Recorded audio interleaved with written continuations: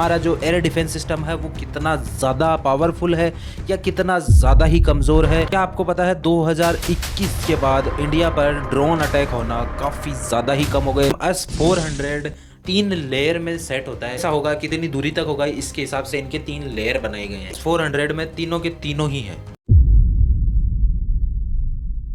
आपको पता है कि इंडिया के पास अपना खुद का एक उड़ता चलता फिरता एक CCTV है, AWACS, airborne warning and control system. इसकी रेंज हमारे को 400 किलोमीटर तक मिलती है, जो कि काफ़ी ज़्यादा। और ये एक जगह तो रहता ही नहीं है, मतलब ये कंस्टेंटली ट्रेवल करता रहता है। तो इसकी रेंज 400 किलोमीटर, मतलब हर जगह को ये कवर कर सकता है। DRDO को 2 एयरक्राफ्ट की कॉस्ट 5133 करोड़ तक की पड़ी थी। 6 यूनिट्स की कॉस्ट इनको 20,000 करोड़ तक की पड़ सकती है, जो कि ऑब्वियसली वर्थ इट है। मतलब हमारे एयर डिफेंस को काफ़ी ज़्यादा ही टाइटली सिक्योर बना देता है। तो ये सब तो ठीक है, पर आपको क्या पता है कि कोविड के टाइम पर भी इंडिया पर अटैक हुआ था। 2020 के आसपास इंडिया में कोविड फैला था, मतलब टोटल लॉकडाउन लग गया था। तो उस समय चाइना और इंडिया बॉर्डर पर काफ़ी ज़्यादा टेंशन हो गई थी। चाइना वाले ये कह रहे थे कि जो इंडिया है ये अपने ही जगह पर बिल्डिंग्स क्यों बना रहा है बॉर्डर के पास ही, तो इसके कारण टेंशंस क्रिएट हो गई थी। और जून 2020 को गलवान वैली में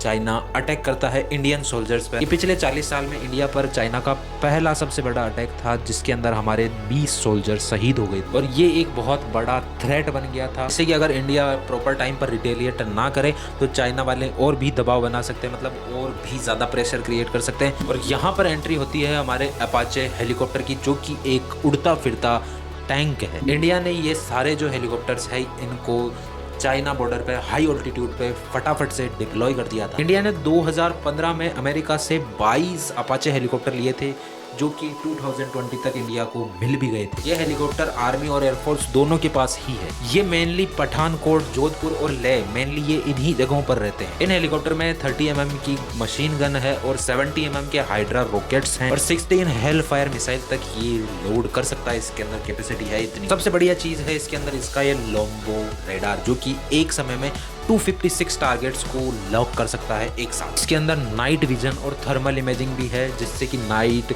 कोई भी सीजन हो ये आराम से अपना काम फट से कर सकता है।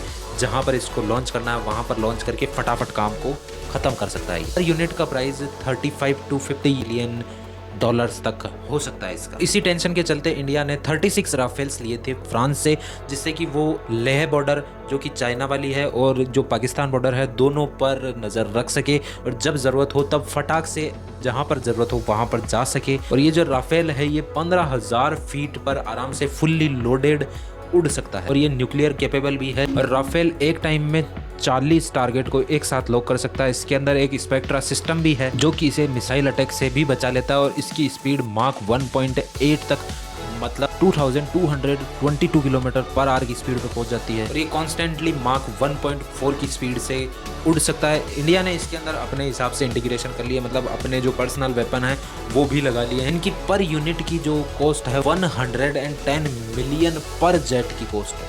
इसके अलावा इंडिया के पास पिनाका तो है ही, जो कि 44 सेकंड में फुल ब्लास्ट मोड में जा सकता है। इसके अंदर 3 वर्जन है। MK1 जो कि 45 किलोमीटर की रेंज है, MK2 जिसके अंदर 90 किलोमीटर की रेंज है और MK3 जिसके अंदर 120 किलोमीटर तक की रेंज है। और इसमें अप्रोक्सीमेटली एक लॉन्चर की कॉस्ट आती है 2.3 करोड़ रुपीज़।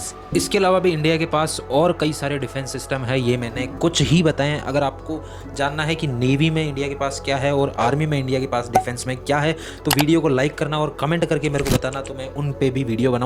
तो ये वाली वीडियो आपको कैसी लगी कि इंडिया के पास डिफेंस में कौन से टेक हैं। अगर वीडियो पसंद आई है तो लाइक, चैनल को सब्सक्राइब तो करना ही है। और अगर ऐसी वीडियो पसंद आती है तो देखते रहो वीडियो।